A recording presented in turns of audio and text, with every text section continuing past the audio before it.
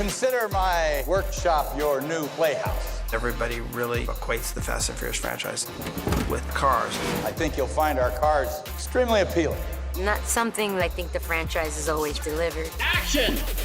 At this level, the franchise goes, cars are almost like characters unto themselves. Dennis McCarthy's worked on the Fast and Furious forever, finding the best cars in the world. I thought I was a car enthusiast, and I thought that I was a car fan. Just when you think you know it all, they come with a car that you've never heard of in your entire life. I want the demon love child between that and that. The off-road sequence, that's just kind of the main car we built for that. It was built from scratch, from the frame, the spindles, the A-arms, everything about the car is custom. It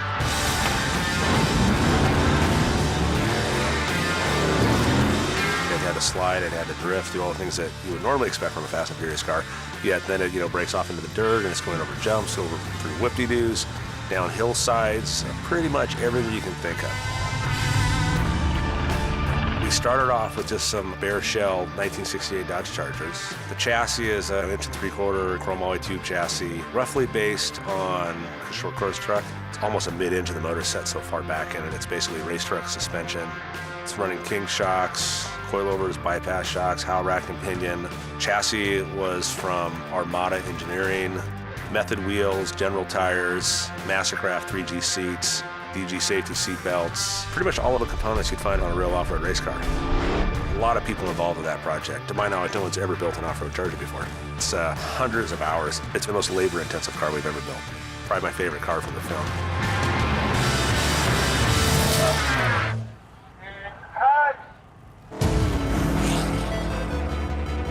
You see the cars, you automatically know which car fits which character. Touchdown, baby! Brian Subaru, it's obvious that, Brian likes the rally, the import cars. Cars are like samurai swords. They're an extension of you. They're your personality. So we always try to do that. Brian always gets the fast car, Dom always gets kind of the furious car. Brian's in a car that's nimble, handles, corners, does all that stuff as a rally car should. So that was one of our easier cars to build because Subaru's pretty much come rally ready other than some suspension and roll cage and seats. Subaru was kind enough to give us 5 or 6 of those cars, which I don't think any are left, unfortunately.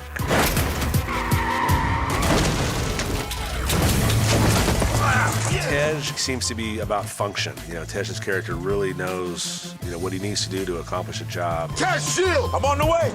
I think the Jeep worked great because it was basically the battering ram. Punch it!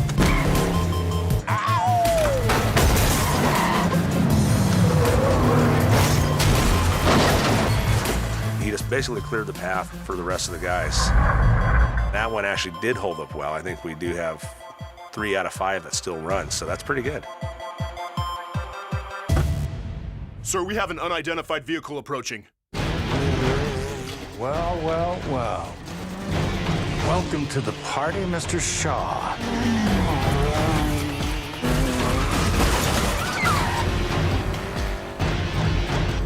We wanted him as some type of fast attack vehicle. It's kind of a variation of some military vehicles, something that kind of fit his character. It performs well. It was a very equal match for Dom's car. We actually used the same chassis for both cars, so a lot of the parts were interchangeable, the same power plant, same transmissions. It was nice. If we tore a right corner off of one car and this car was dead, we could borrow parts and keep everything rolling. Roman's Camaro, 60, 67 Camaros, one of my personal favorite cars. Wow!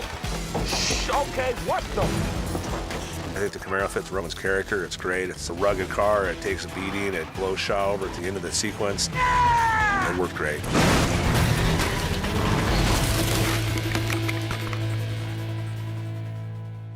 Guys, this first thing that we're going to do, we have 4 cameras going, 3 cameras inside, 1 camera here with Billy. So here we are in the penthouse suite, which is, in my mind, a set built to feature this car. When the car hits the threshold, Oakley here is going to fire quarter load. When we started to talk about this scene, we looked at a lot of cars, and we were like, what car could be so special that a prince would have locked up in a vault?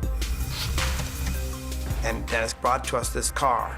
He goes, there's only one problem. It's being made right now, and I don't know if it can be done in time. And we're like, come on, Dennis, you got it. And Dennis came through, got us this car. What's behind me here is the W Motors Lycan Hypersport. You guys know all to clear and start your action as the doors are being blown, right? It's twin turbo, 240 mile an hour top speed, sells for about $3.4 million. Lots of debris going this way, so you guys watch your eyes.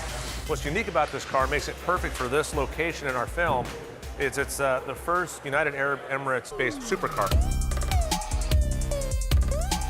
The Lycan is one of the most exclusive cars in the world, limited to only 7 ever made. It has a flat 6-cylinder, 3.8 liter, twin turbo mid-engine, producing 770 horsepower, 1,000 torque. It's one of the fastest cars in the world. The lights of the car are made of white gold, diamonds, and blue sapphire. You can choose the stone that you want depending on the color of the car. So it's really incredible to have the lights light up with precious stones. This is the first film that Dom is caught in a car like that. It's extreme circumstances that force him to get behind the wheel of a car that couldn't be more the antithesis of this beast here. I think story-wise now, since Dom was planning on being retired, he used some of his spare time to rebuild another Charger.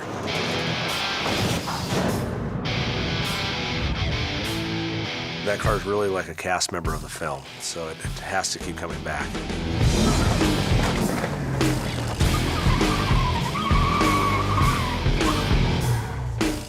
That was awesome. We don't really deviate too much on that car since it was originally introduced in the very first movie. I mean, every movie we try to make some subtle changes, some subtle improvements.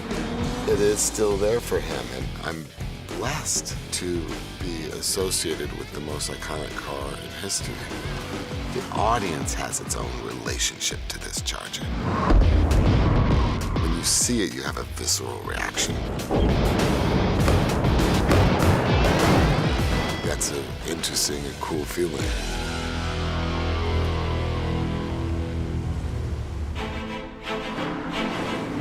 Round 2 of Chicken.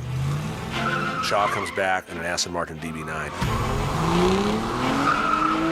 which is another car that really just seemed natural. We featured his brother in an Aston Martin in London, so family car. Call me a snob, but why not? He's a Brit. Put him in a British car. I mean, Toretto drives the muscle cars, they're flying the flag in that way.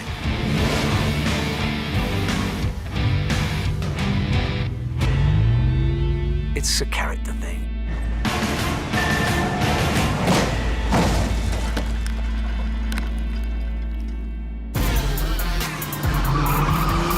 This is our team coming back to LA. They're coming home, so you really want to put them in the cars where it started. The G-Tar we built for Brian, we'll try to not go over the top, keep it classy, but just, minor changes, wheels, tires. The variable ride height was another aspect.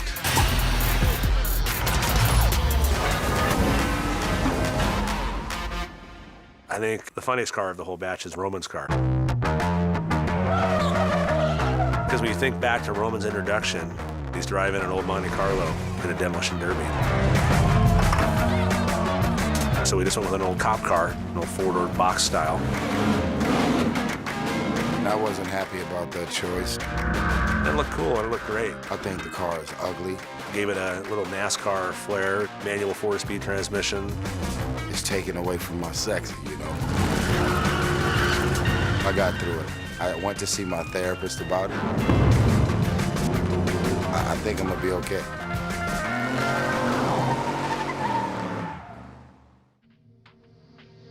So in the very end of the film, we have a very meaningful scene where we have Dom and Brian side by side, brings us back to the very first Fast and Furious, where Dom's in a Charger and Brian's in a Supra. For this sequence, I actually talked to Paul's friends and family and was able to borrow Paul's personal white Toyota Supra. I can't think of any better car to put it into this movie than that. And then for Dom, it has to be a Charger. It obviously has to be the coolest Charger that I can find. So last year at the SEMA show, it was unfinished, but the Maximus Charger was there just in raw steel, and it was just that raw steel look that really caught my eye. And then once, we got a closer look at the car, you can see the work that's gone into it. So made a deal, got the car out here, and once again, like everything in our world, last minute, the car wasn't completed. They were doing everything they could on their end to complete it. I think they had 12 guys working around the clock. It has probably the most horsepower and the biggest rear tires of any Charger I've ever seen. And it exceeds like 2,000 horsepower, so fit just perfect.